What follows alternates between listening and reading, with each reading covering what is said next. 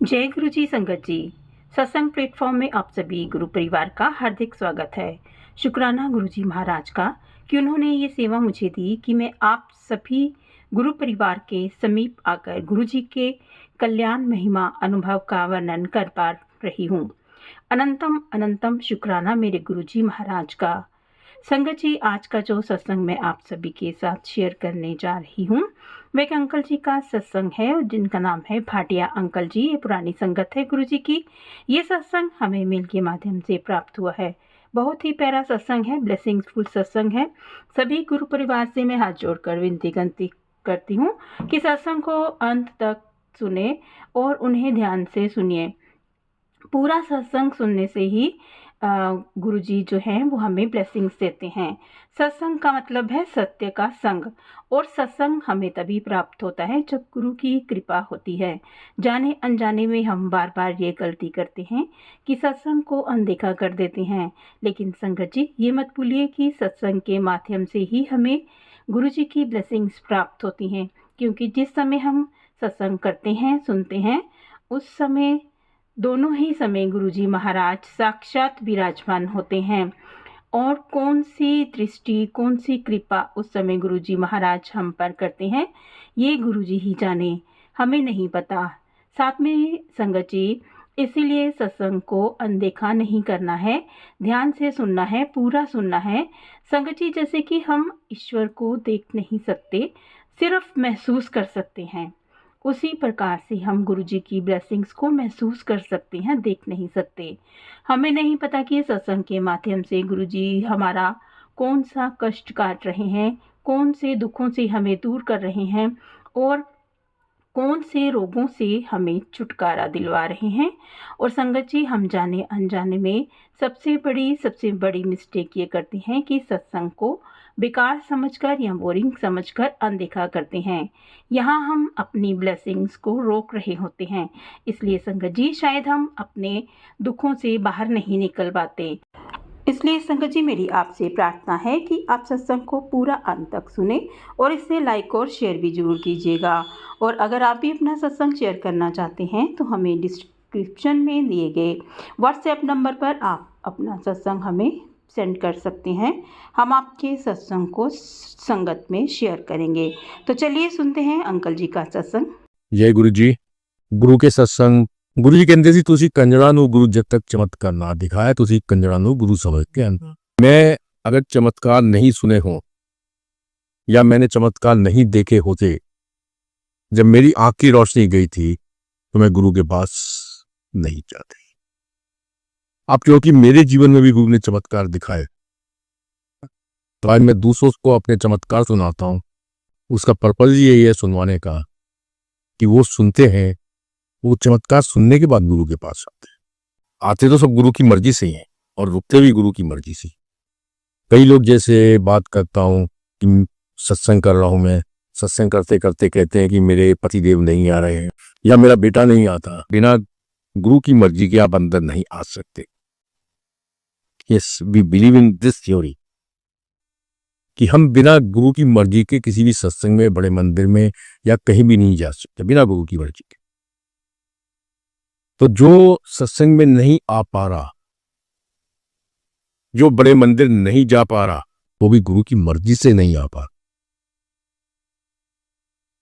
क्योंकि अभी उसका टाइम नहीं आया आने का। क्योंकि गुरु तो हर जगह। कुछ संगत जिनको गुरु ने अपने संग जोड़ा, वो लीला गुरु की गुरु जाने। अब एक सत्संग में आपके संग शेयर कर रहा हूं। गुरु ने लाइफ में बहुत पाठ पढ़ा है, लेकिन मुझे कभी भी गुरु पर विश्वास नहीं हो पाया। 14 फरवरी 2006 वैलेंटाइंस डे, मेरी फैक्ट्री, मेरे ऑफिस में एक्साइज डिपार्टमेंट के लोगों ने रेड मारी।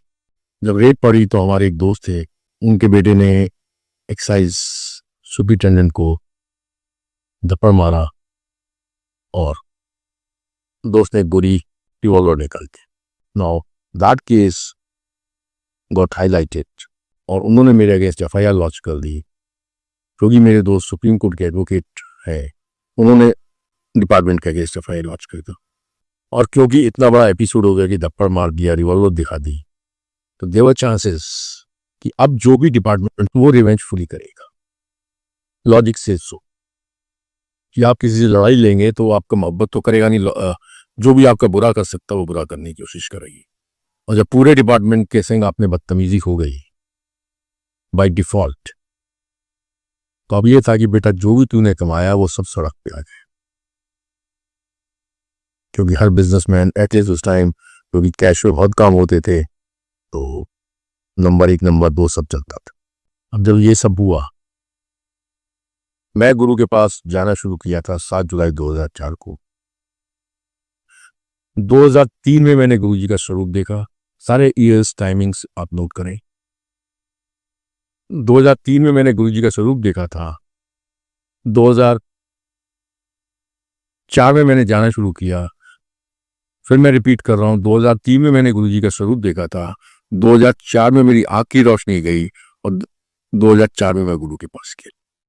और 2.25 साल जाते जाते मुझे हो गए, ऑलमोस्ट 1.5 साल जाते जाते हो गए। ना तो मेरी आंख की रोशनी आई, ना मुझे गुरु पे श्रद्धा हो पाई, ना गुरु पे मुझे कोई आस्था थी, ना गुरु पे विश्वास था।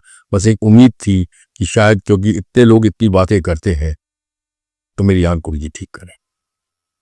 अब 14 फरवरी 2006 को मेरे संग ये एपिसोड हो गया। अब जब ये एपिसोड हुआ तो वैसे मैं गुरु के बहुत ज़्यादा गुणगान तो गाता नहीं था। जब मैं जाता हफ्ते में 2 बार था, लेकिन मैं कोई गुणगान नहीं गाता था। और मुझे कई बार लगता था ये ड्रामा हो रहा है, कई बार लगता था कोई तांत्रिक बैठा हुआ है, कई बार लगता था पता नहीं क्या है, पता नहीं इतने लोग बेवकूफ क्यों बैठे हैं, इतने लोगों को ये बेवकूफ कैसे बनाते हैं। फिर एक चीज नहीं समझ में आती थी कि ये जितने लोग बैठे हैं they are celebrities of India, और जो लोग सत्संग करते हैं दे आर डॉक्टर्स। ये लोग झूठ क्यों बोलेंगे? बस एक ये चीज थी जो मुझे कभी भी समझ में नहीं आई उस टाइम, कि एक डॉक्टर, एक इंडस्ट्रियलिस्ट, एक इंटेलेक्चुअल क्लास का आदमी लाइक अरुण शौरी, ये लोग झूठ क्यों बोलेंगे? इस चीज का आंसर मुझे नहीं मिल पाया। भाई क्या ये गुरु के एजेंट हैं? भाई एजेंट बन के ये क्या कर रहे हैं? क्या गुरु इनको बेनिफिट्स दे रहा है except their practical experiences? Birla family को गुरु जी के पैसे से खरीद के अपना एजेंट बना लेंगे, वाज दैट पॉसिबल? या इंटेलेक्चुअल क्लास आदमी के को जो सेलिब्रिटी ऑफ इंडिया हो, गुरु जी किस लिए अपना कैसे एजेंट बना लेंगे? भाई गुरु एक पैसा लेता नहीं। आप आते हो, चाय प्रसाद पीते हो, लंगर प्रसाद खाते हो, माथा टेकते हो, अपने घर चले जाते हो। फिर गुरु क्या चाहिए? जब पैसा लेना नहीं, पैसा चढ़ाना नहीं, भक्त के घर में गुरु जी रहते हैं। ये एक बहुत बड़ी बड़ी चीज है। गुरु हमेशा भक्तों के घर में रहता है।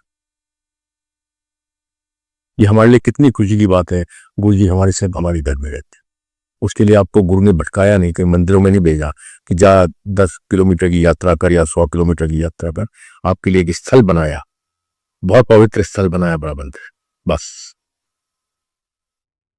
बाकी आपके घरों में रहते। एनीवे, 2003 में गुरु जी का स्वरूप देखा, 2004 में आंख की रोशनी गई, 1.5 साल रेगुलर जाते रहे। 2006 में मेरे संग ये एपिसोड हो गया। गुरु के प्रति मेरी नेगेटिविटी वैसी भी रहती थी, हमेशा से रही, क्योंकि by nature I was totally non believer, नास्तिक आदमी। तो मुझे आस्था का कोई सवाल ही नहीं उठता था। तो अब जब ये मेरे संग हुआ, संग में एक और केस मेरे साथ हुआ जो इससे भी बड़ा केस हुआ। माय नीस, जिसकी गुरुजी ने शादी कराई थी अपने हाथों से, उसका तलाक हो गई। और ये 2 केस साइमल्टेनियसली हुए। तो मैं गुरु के बिल्कुल एंटी चला गया, मेरी तबीयत बिगड़ने लगी, मैं डिप्रेशन में जाने लगा, मैं अपना मेंटल लेवल लूज करने लग गया। मैं कभी कभी एक पैक विस्की पी लेता था, लेकिन उस एपिसोड के बाद से मैं डेली करीब आधी बोतल शराब पीने लग गया। मुझे कोई बीपी की परेशानी नहीं थी। आज मैं जरूर मोटा हूं, लेकिन उस समय मैं फर्स्ट क्लास अपना खेलता कूदता सब कुछ था। मुझे कोई बीपी की परेशानी नहीं थी, मुझे कोई शुगर नहीं थी, और टच वुड आज भी कोई शुगर नहीं है। आज भी मुझे कोई बीपी, अब मैं नहीं बोलता हूँ कि मुझे कोई बीपी है, लेकिन 2006 में मेरा बीपी ऊपर नीचे शूट सब होने लगे, दिमाग परेशान हो गया, जिंदगी खराब हो गई। गुरु को गालियां देनी शुरू की, कैसा गुरु है कि शक्ल दिखाई, आंख फोड़ दी, जाना शुरू किया, सड़क पे ले आया। क्या फायदा था उससे मैंने गुरु को लाना? कहते जी मेरी बेटी है, मेरी बेटी, मैं उसकी करांगा, उसकी शादी कराई और उसका तलाक हो गया। तो द हेल, सब ड्रामा, सब झूठ है, सब मक्कारी। मेरे brother in law mister BB Bhatia, Gurgaon 5009 Palm View में रहते हैं। हमारे पूरे परिवार के अंदर कभी भी कोई मुसीबत आती है, एक वो शख्स होता है, चिंता ना कर गुरुजी सब कुछ ठीक करेंगे। तो मैंने उनको बहुत गालियां दी, गुरु को तो जितनी दी सो दी इस सब एपिसोड के बाद, कि उनको मैंने बहुत गालियां दी। मैं तुम सब कल पागल हो गए हो, तुम बेवकूफ हो, क्या करेगा तुम्हारा गुरु, फलाना है, धमाका है। वो बार बार कहे नहीं जी गुरुजी जो करेंगे वो बहुत भला करेंगे। अच्छा, डिप्रेशन हावी हो गया, दिमाग बिल्कुल आउट हो गया, टेंडेंसीज आत्महत्या करने की पैदा हो गई कि किसी भी टाइम ऐसा लगता था कि मुझे सुसाइड कर लेना चाहिए। और सुसाइडल टेंडेंसीज वो मेरे अंदर आ गए। रात को बिल्कुल बुरी तरह से शराब पी के कभी नींद आ जाती, नींद की गोलियां खानी शुरू कर दी। अब गुरु के पास आने का फायदा, जब टेंशन इतनी हावी हो गई 2006 में, जब बुरी तरह से डिप्रेशन में आ गया, कि एक दिन बहुत मैं बुरी तरह से जब परेशान हुआ, ब्रदर इन लॉ मेरे बैठे हुए थे। अच्छा, गुरु के पास मैं आता जब उठता, ब्रदर इन लॉ बैठे हुए, मैंने उनके ऊपर चढ़ा, बहुत गुस्सा हुआ। मैंने कहा यार तुम अपने गुरु गुरु गुरु गुरु गुरु करते हो, आज गुरु के पास चलो, उनको बताओ मुझे क्या प्रॉब्लम है। मेरी तरफ तो वो देखते भी नहीं है, मेरे से बात भी नहीं करते हैं। तो आप जाओ, प्रॉब्लम बताओ, और उनसे को सोल्यूशन चाहिए कि तो आज मेरा मूड किया तो मैं सबको मार दूंगा, मैं बच्चों को जहर खिला दूंगा, खुद जहर खा जाऊंगा, मर जाऊंगा। गुरु आज आप गुरु से बात करिए। तो मेरे ब्रदर इन लॉ आगे आगे, मैं पीछे पीछे, गुरु जी ऐसे सिंहासन पे बैठे हुए थे। ब्रदर इन लॉ मेरे झुके झुके कहते हैं, हाथ जोड़ के नीचे बैठ के, गुरुजी कहते हैं हाँ की कह रहे हैं? गुरुजी मेरा साला बहुत दुखी है। और की क्या पाटिया तू? उसने कहा गुरुजी मेरा साला बहुत दुखी है। मैं की करा तेरा साला दुखी है? नहीं गुरुजी मेरा साला बहुत दुखी, मैं कोई दुकानदारी खोली है, मैं कोई तेरे साले का अचार पाना है, मेरा साला बहुत दुखी, ले जा अपने साले नू, मैं की करना तेरे साले का। सब मैं पीछे खड़ा हुआ ये सुन रहा हूँ। वही गुरुजी ने फिर आगे कंटिन्यू किया, मेरा साला दुखी, जितने सारे बैठे हैं एम्पायर स्टेट में, गुरुजी अपने सिंगार, जितने सारे बैठे, सारे दुखी, एक सुखी दिया, सारे दुखी बैठे हैं, मैं तेरा साला दुखी, मैं की करना तेरे साले का, ले जा अपने साले नू। अब मैं पीछे खड़ा हूँ, ये गुरुजी बैठे हैं, बीच में मेरे ब्रदर इन लॉ बैठे। आप सोच सकते हो मुझे कितनी मोहब्बत आ रही हुई गुरु के ऊपर। ऐसा लग रहा था किस करूं, इनके माथे पे किस करूं, इनके गाल पे किस करूं, क्या करूं। अब बाहर निकला, जी भर के जितनी गालियां उस समय पहले पीछे खड़े हुए गालियां दी, और फिर बाहर निकल के जो मैंने बकवास स्टार्ट की, तो मेरी बकवास शायद मेरी सिस्टर भी सब बस जीजा ये है, चिंता मत कर गुरुजी सब ठीक करेंगे। अब मैंने उनको भी पागल करार दे दिया, तुम सब सारे पागल हो। टाइम बीतता गया, महीना और गुजर गया, केस में कुछ भी नहीं हुआ, केस बिगड़ता चला गया, रिश्वत की रकम बढ़ती चली गई, डिपार्टमेंट के लोग रिश्वत ना पकड़े, कोई बिजनेसमैन से या कोई आदमी ऑफिशियल रिश्वत ना पकड़े तो इट मीन्स कि तुम्हारी भैंस गई पानी में। सो द सेम हैपेंड, बड़ा परेशान, केस कैसे सॉल्व हो, क्योंकि डिपार्टमेंट रिवेंजफुली काम कर रहा, कोई मेरे हेल्प के लिए नहीं आ रहा। गुरु बैठा हो तो बात ही नहीं, गुरु की तो मैं सोचता भी नहीं था। मैं I used to be very practically रिश्वत देंगे कम हो जाएगा, डिपार्टमेंट के लोग रिश्वत भी ना पकड़े, बड़ी मुसीबत। तो सब गुरु जी अपना ड्रामा रचते हैं। टॉक टू वन लेडी, वो गुरु जी के पास गई, उसने गुरु जी से कहा कि वो अंकल बहुत दुखी हैं। गुरु जी कहते की होया उन्होंने, उसने बताया कि गुरु जी ये हुआ, ले उन्होंने क्या अपने दिल के अंदर जाके पहले गुरुजी का सवाल आया तो अपने दिल के अंदर झांक के। अब जब मैंने अपने दिल के अंदर झांका तो मुझे बहुत क्लियर समझ में आ गया, भाई मैं तो बहुत बढ़िया इंसान हूँ, बाकी सब बकवास लोग हैं। भाई मैं अब जैसे इतना अच्छा सत्संग कर रहा हूँ, सब लोग कहते हो कि भाटिया अंकल आप तो बहुत अच्छे हो, सभी कहते हैं। ऐसी मैं मीठी चुपड़ी बातें खूब करता था तो लोगों को लगता था मैं बहुत अच्छा आदमी हूँ, और मुझे भी लगता था मैं बहुत अच्छा आदमी हूँ। दिल में वही था कि मैं बहुत अच्छा आदमी हूँ। मैंने गुरुजी को लाइकली उस लेडी के थ्रू भिजवा दिया कि मैंने कहा मैं तो भाई नॉर्मल हूँ, आई एम ओके फाइन। दिल में झांकी है, मैं तो ठीक ठाक हूँ, बढ़िया हूँ। उस लेडी ने गुरुजी से कहा, गुरुजी कहते अच्छा उसको कुछ पैसे का की करना, पैसे का ही नुकसान होना और तो कुछ नहीं होना, पैसे का ही नुकसान होना। इन द मीन टाइम जो FIR मेरे अगेंस्ट लॉन्च हो गई थी वो डिपार्टमेंट ने वापस ले ली, और उनके अगेंस्ट जो FIR हमारे दोस्त ने लॉन्च करवाई थी वो उसने वापस ले ली। तो जेल जाने की वाली बात खत्म हो गई, ना ओनली पैसे का नुकसान। वही गुरु जी आप पूछ तो उन्हें पैसे का की करना है। अब नॉर्मल मैं आपसे पूछता हूँ कि आप लोगों ने पैसे की क्या जरूरत है? तो पैसे की जरूरत नॉर्मल लिविंग जीने के लिए, नॉर्मल लाइफ जीने के लिए, नॉर्मल लाइफ लीड करने के लिए, खाने के लिए, पीने के लिए, चलने के लिए, उठने के लिए, बैठने के लिए, हर चीज के लिए। विदाउट मनी तो you can't survive. So simple answer went कि गुरुजी नॉर्मल लाइफ जीने के लिए पैसा चाहिए था। उस लेडी ने कह दिया जी गुरुजी वो तो कह रहे नॉर्मल लाइफ जीने के लिए पैसा चाहिए था। फिर फाइनली गुरुजी ने जवाब दी, कहते नहीं उन दाजे उन पैसा चाहिए है अपनी माँ ले, अपनी पहना ले, कि अपनी बेटियां ले। That he requires money for his mother, for his sisters, for his daughter. जब ये मेरे कानों ने सुना, कानों से दिमाग में तरंग गई, तुरंत दिमाग से मेरे हार्ट पे आए, दिल ने जब ये सोचा तो फिर सारा माजरा समझ में आ गया कि गुरु कहना क्या चाहता है।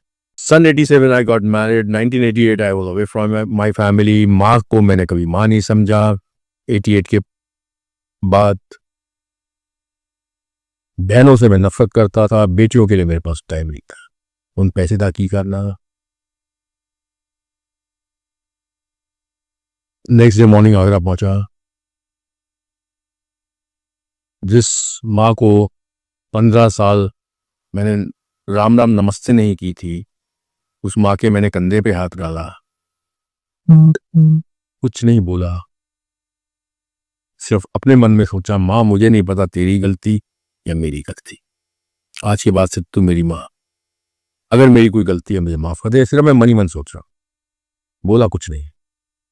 भाई माँ ने भी कुछ नहीं बोला कि बेटे ने 15 साल बाद कंधे पे हाथ रखा है, झुका है पैर छूने के लिए, उसने भी कंधे पे हाथ रखा 18 साल के बाद। और क्योंकि मैंने बोला इस वजह से कुछ भी नहीं, एक सेंटेंस, ये लोग ये चीज आप भी ध्यान रखना, गुरुजी हमेशा कहते सी आर्गूमेंट्स लीड्स टू आर्गूमेंट्स। तुसी एक बोलोगे माँ तेरी गलती, माँ कहेगी तेरी 2 गलतियां, कुछ लोगे माँ तेरी 4 गलतियां, माँ कहेगी तेरी 8 गलतियां, तू कुछ कहो 16 गलतियां, वो मल्टीप्लाई हो जाएगी। Argument leads to arguments. Guruji ने कई संगत को ये बात बोली हुई, ये बात मेरे सामने गुरु ने बोली हुई, वो सेंटेंस मेरे जहन में थे। तो सिर्फ माँ के कंधे पे हाथ रखा, दिल साफ किया दिल को कि मुझे नहीं पता माँ तेरी गलती या मेरी गलती, मेरी अगर गलती है तो माफ कर दे, मैं तेरी गलती को सोचता भी नहीं बस इतना ही मैंने सोचा। बहनों के प्रति जो नफरत थी उसको निकलने में 2-4-5 दिन लगे, वो नफरत मैंने बाहर निकाली। बेटियों के लिए मेरे पास टाइम नहीं था, थोड़ा सा मैंने टाइम देना शुरू किया। व्यापारिक आदमी है तो बिजनेस में थोड़ा ज्यादा ही इन्वॉल्व रहा हूं, वो टाइम थोड़ा सा निकालना शुरू किया। 10 दिन के बाद उस लेडी के पास गुरु जी का मैसेज आया, क्योंकि अब मैंने वही बोला गुरु को मानो मत मानो फर्क नहीं पड़ता, लेकिन गुरु की मान। कल भी सत्संग में मैंने यही बोला था, ये मेरा सौभाग्य रहा कि मैं गुरु की मानता रहा, या समझ आती रही कि ये मानने लायक बात है तो उसमें वो कंपल्सिव सिचुएशन सही, मेरी कंपल्शन बनी थी कि मुझे मानना था, लेकिन मानना था। सो 10 दिन के बाद उस लेडी के पास गुरु जी का मैसेज आ गया, ले उन्होंने के एवं ही घबराया फिर था, एवं ही केस रफा दफा हो गया हुआ। जिस केस में मैं सोच रहा था पता नहीं क्या क्या जाएगा, कितनी बर्बादी होगी। पता नहीं कितने की तो मैं रिश्वत देना चाह रहा था, अमाउंट मैं नहीं खोल रहा हूं कि इतने रिश्वत दे के मेरा काम निपटाओ। और टोटल केस बिना किसी एक पैसे रिश्वत दी, टोटल केस 10,000 की पेनल्टी में खत्म हो गया। Only 10,000 penalty. थैंक यू गुरु जी, शुक्राना गुरु जी, आपने मुझे बहुत बड़ी मुसीबत से बचाया, आपका बहुत बहुत शुक्राना। पर इससे आप ईश्वर नहीं बन जाते, इससे आप भगवान नहीं बन जाते। मतलब मैं कितना कमीना था वो मैं बता रहा हूं आपको। आपने मेरा इतनी मुसीबत से, मैं प्रे करता रहा कि गुरु जी ये सब करोगे तो मैं आपको वाकई भगवान मान लूंगा, क्योंकि मुझे कोई होप ही नहीं थी कि मेरे संग ऐसा हो जाएगा। अब हो गया तो मैं कितना बड़ा कमीना। मैं शुक्राना यहाँ तक है कि आपने मुझे बचाया। अब मन में दूसरे विचार आने लगे कि तुम्हारे पास फाइनेंस मिनिस्ट्री के लोग बैठते हैं, सेक्रेटरी टू फाइनेंस मिनिस्टर बैठता है, आपके पास बड़े बड़े पॉलिटिशियंस बैठते हैं, आपके पास डिपार्टमेंट्स के लोग बैठते हैं। किसी से कह दिया होगा, सीनियर आदमी से, मेरा काम करवा दिया होगा। दो थैंक यू गुरु जी, आपने कहवा के काम किया, लेकिन इसमें ईश्वरीयता नहीं है, इसमें भगवान का है। मैं गुरु ने किसी अपने चेले को कह दिया। हिंदुस्तान में तो पता नहीं कितने बड़े बड़े फ्रॉड हो जाते, आदमी बाहर निकल जाते हैं, तो छोटा सा काम था। अब जो भी काम हो गया है तो गुरु ने कह दिया होगा, हम इतने बड़े कमी। इसका भी जवाब गुरु जी ने दिया, मैं कहना नहीं, मैं करदा। मैं किसी को नहीं कहना, मैं करदा, क्योंकि इनकी मैं बहुत बड़ी मैं है। And we are thankful to him, we are under his charan and under his मैं। हम गुरु की मैं के नीचे हम लोग रह रहे हैं, ये हमारी खुशनसीबी है। तो गुरु जी ने इस चीज का भी जवाब दे दिया मुझे, मैं कहना नहीं, मैं करदा। ना ये सत्संग मैं आपको सुना रहा हूं, इस चीज का जवाब गुरु ने मुझे दिया 13 सितंबर 2010।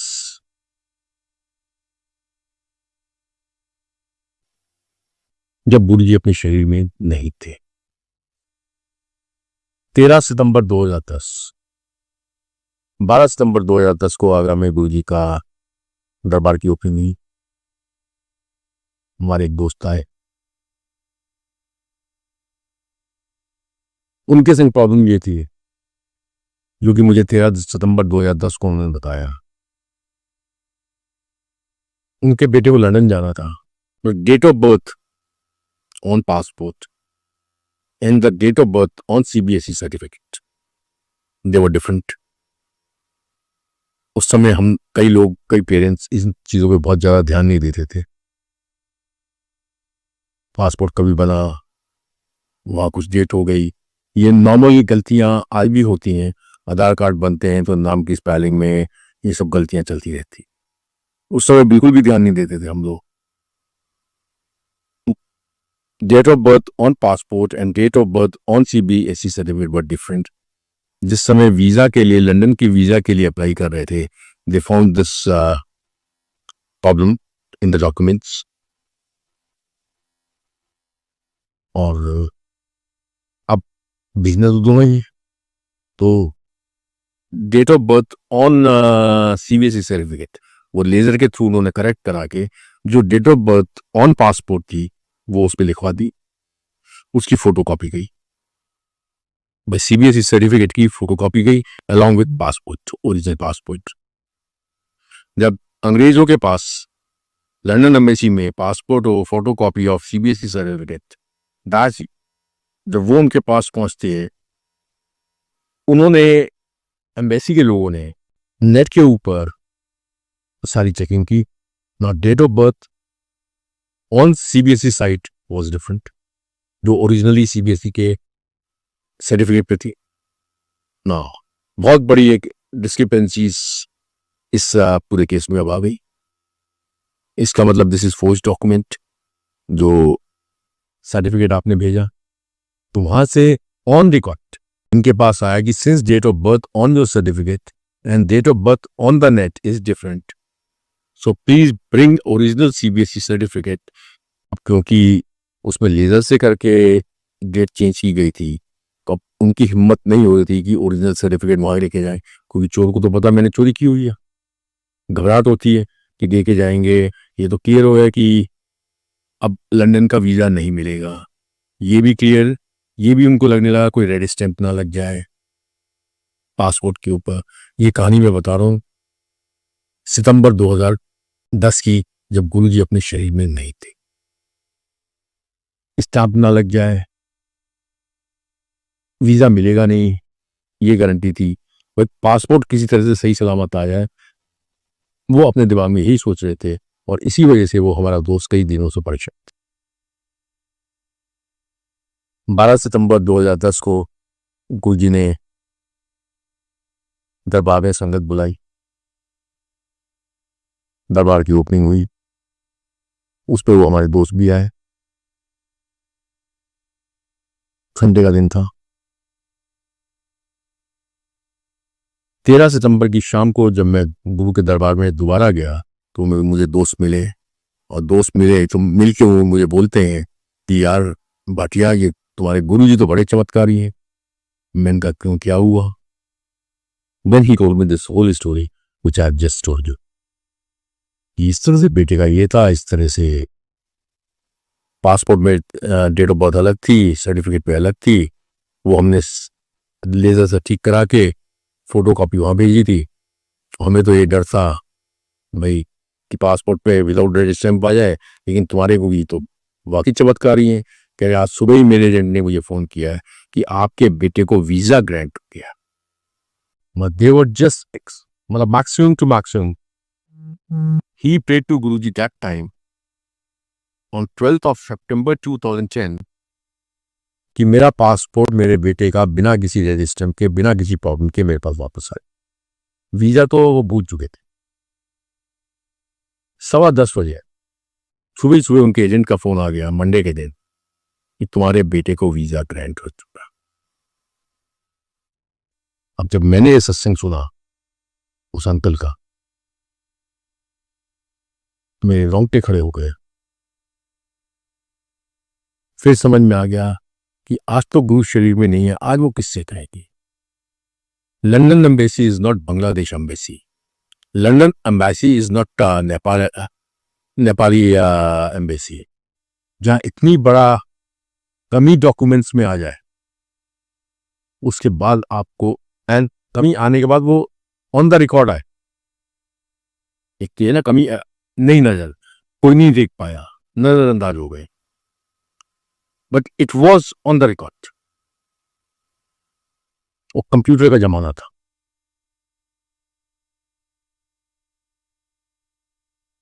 तब समझ में आ गया कि महाराज आप मानो अंग्रेज की अंग्रेजी कंप्यूटर की सबने तुझे अपनी उंगली से नचाते हो, ये सिर्फ आप ही कर सकते, सिर्फ भगवान ही कर सकता। और मेरे उस सवाल का जवाब मिल गया कि मैं कहना नहीं, मैं करता। मैंने किसी को कहने की लोड़ नहीं, मैं आप ही करना। जब अपने बगदा कुछ करना होता है मैं आप ही करता। फिर मैंने अपने दोस्त से कहा, मैं कि चलो ऊपर माथा टेको, वो सरदार जी हैं। तो उसने कहा यार भाटिया एक कोई प्रॉब्लम है, हम गुरु ग्रंथ के अलावा माथा नहीं टेकते। तो मैंने कहा तूने गुरु जी से मांगा कैसे था, मैं तूने प्रार्थना प्रे कैसे की? कहता मैंने तो खड़े होकर प्रार्थना की थी कि मेरा एक काम बना दो। तो मैंने तू खड़े होकर शुक्राना कर ले। मैं बात ही तू जाने, तेरा गुरु जाने, मैं कोई एजेंट तो हूं नहीं गुरु का। मैं कब वो तुझसे माथा टिकवाएंगे या नहीं टिकवाएंगे वो गुरु जाने या तू जाने, तो मेरा काम नहीं है, मैं एजेंट नहीं हूं गुरु का। मैं तूने मांगा खड़े होके, तो इतनी तो इज्जत कर गुरु की, खड़े होकर शुक्राना कर दे। हम लोग ऊपर दरबार में गए, खड़े होकर उन्होंने शुक्राना किया।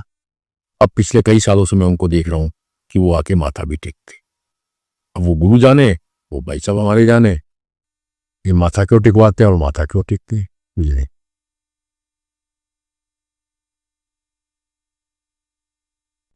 बहुत बड़ा है गुरु।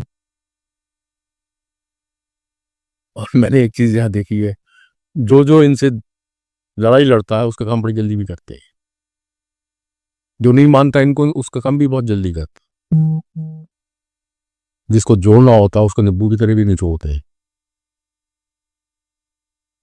ये तो चीजें ध्यान रखना, जिसका लो पर लो ठीक करना है उसको गुरु नींबू की तरह भी निचोड़ता है, और जिसके काम करवा देता है तो कई बार गुरु कहता है तेरा नेता की काम सीखा उन जाती है इसके, क्या दुनियावी काम करता, बट दुनियावी काम भी आज की तारीख में बहुत इंपॉर्टेंट है। वही हमारे लिए बेसिकली कहूँ तो वही हमारे लिए चमत्कार है, वही हमारे लिए सत्संग है। क्योंकि हम लोग सब लोग, मैं अपनी भी बात कर रहा हूँ उसमें, हमारे पास गुरु की ब्लेसिंग्स का एक ही पैरामीटर है, there is only one scale, you know, कि मेटेरियलिस्टिक वे में हमें क्या मिला। तबीयत ठीक रही, पैसा ठीक ठाक है, खाने पीने में बढ़िया मिल रहा है, परिवार में प्रॉब्लम्स कम है, सब कुछ ठीक है तो गुरु ठीक है। हमारे पैरामीटर्स बहुत शॉर्ट है, हमारा स्केल बहुत छोटा सा है, हम उसके ऊपर और नीचे नहीं सोच पाते। हमारे लिए तो ये है कि दुनिया में हमें क्या दिया गुरु ने। अब गुरु ने दिया तो गुरु है, गुरु ने नहीं दिया तो बेकार है।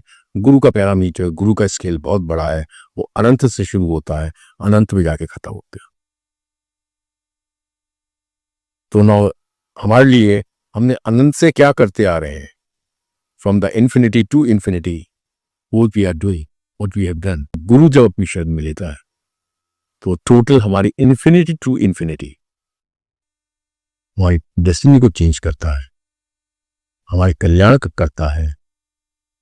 इस जीवन में मेटेरियलिस्टिक वे में जो भी वो हमें देता है, जो हमारे ऊपर कृपा करता है, ब्लेसिंग्स करता है, वो तो बिना दिखाए कर सकता है, बिना कोई उपाय बताए कर सकता है।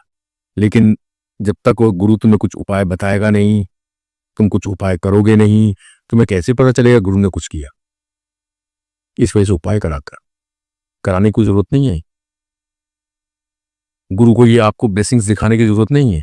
अगर उनको मेरे केस को ठीक करना है वैसे केस को ठीक कर देंगे, लेकिन जब तक मुझे तकलीफ नहीं होगी, मैं कहूंगा नहीं, होगा नहीं, तो मुझे कैसे पता चलेगा कि सारे दरवाजे बंद थे, गुरु ने मेरे लिए दरवाजा खोला। तभी तो सत्संग बनेगा, तभी तो चमत्कार होगा, तभी तो सत्संग में आपको सुना पाऊंगा, और आप सुन पाओगे तभी मैं दूसरों के सत्संग सुनूंगा। उस सत्संग से मैं गुरु से जुड़ूंगा, और जुड़ने के बाद अपना कल्याण उनसे करवाऊंगा। मेरा रोल सिर्फ यही था कि सत्संग करना, जुड़ना या ना जुड़ना वो आपका रोल है, और गुरु का रोल है वो जाने। जय गुरु जी। बस इतना ही मैं कहूंगा कि वो पहले भी थे, वो शरीर में भी थे गुरु जी, वो शरीर त्यागने के बाद भी हमारे साथ हैं। इस सत्संग में बहुत क्लियर है कि who can do that. London embassy में anything on the record, on that basis, तो इंटरनेशनल रूल्स एंड रेगुलेशंस थोड़ा बहुत जानते होंगे कि आप फोर्स डॉक्यूमेंट्स अगर लंदन एम्बेसी को भेजते हैं, क्या आपको वीजा मिल सकता है? सोचो फिर किस तरह। गुरु जी अक्सर कहा करते थे, जब सत्संग सुनवाते थे उसके बाद बड़ा धीरे से मुस्कुरा के आंखें टेढ़ी करके इधर उधर आग करके, वो आंटी शॉर्ट ही सुनाई, और फिर शॉर्ट में वो वाला सुना, और आती देर नाल की वजह से वो सुना, जो सुनवाते थे फिर बड़े प्यार से धीरे से बोलते थे। सोचो फिर किस तरह, तो सोचो फिर किस तरह। You can do that except God, except divine energy, except my Mahashiva, except my almighty. Guru ji अपने आप सब कुछ ठीक करेंगे। जो भी टाइमिंग्स है वो उनको पता, 2 महीने, 3 महीने, 1 महीना, 10 दिन, 20 दिन, हमारे कर्मों को काट रहे हैं, हमारे कष्टों को काट रहे हैं, हमें मौका दे रहे हैं सत्संग सुनने का और सत्संग सुनाने का। सत्संग सुनवा के और सत्संग सुन के हमारे पता नहीं कौन कौन से कर्मों को काट रहे हैं, हमारी मैली चादर धो रहे हैं। जय गुरु जी।